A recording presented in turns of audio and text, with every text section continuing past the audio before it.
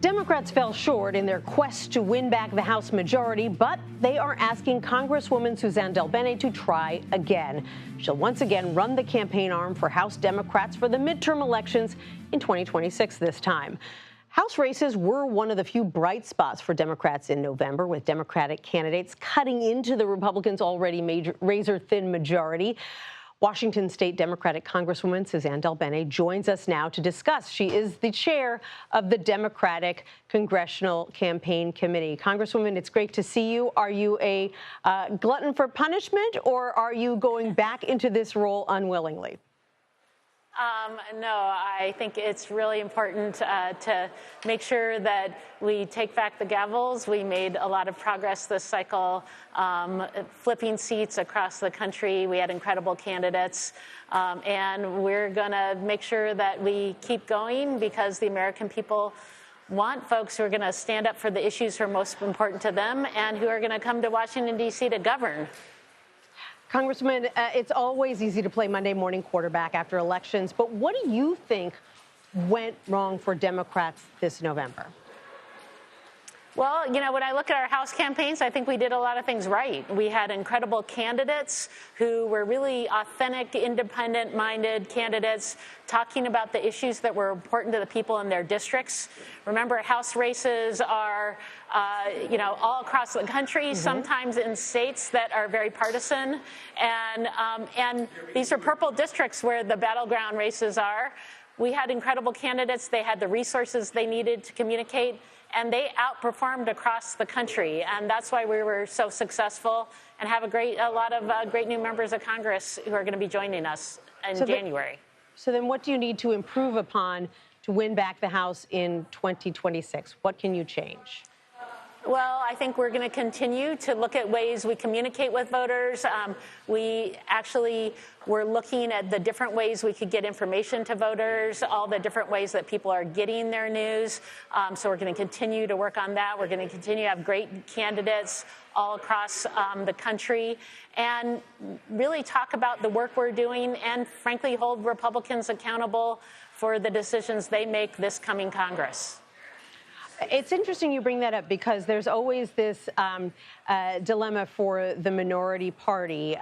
Do they allow the majority to have some wins and work with them so that the minority gets some wins as well?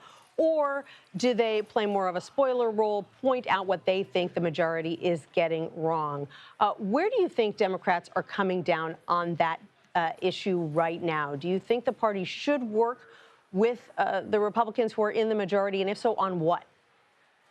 Well, you know, frankly, we've been at the table this entire Congress. We've seen a dysfunctional Congress with Republicans in charge in the House, chaos and extremism, and we have folks who came to Washington, D.C. to get work done for the American people.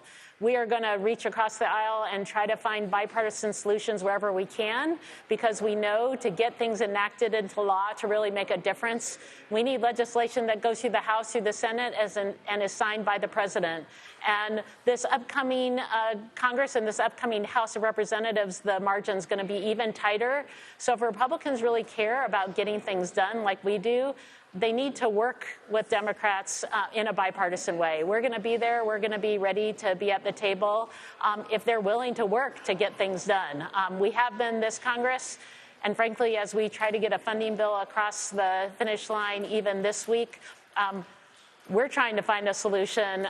It's Republicans arguing with Republicans that seems to be the problem. I want to ask you about a big development in your caucus today. New York Congresswoman Alexandria Ocasio-Cortez was defeated by 74-year-old Jerry Connolly of Virginia to serve as the ranking member of the Oversight Committee. What does this say about who Democrats want to be the face of the party moving forward into 2026?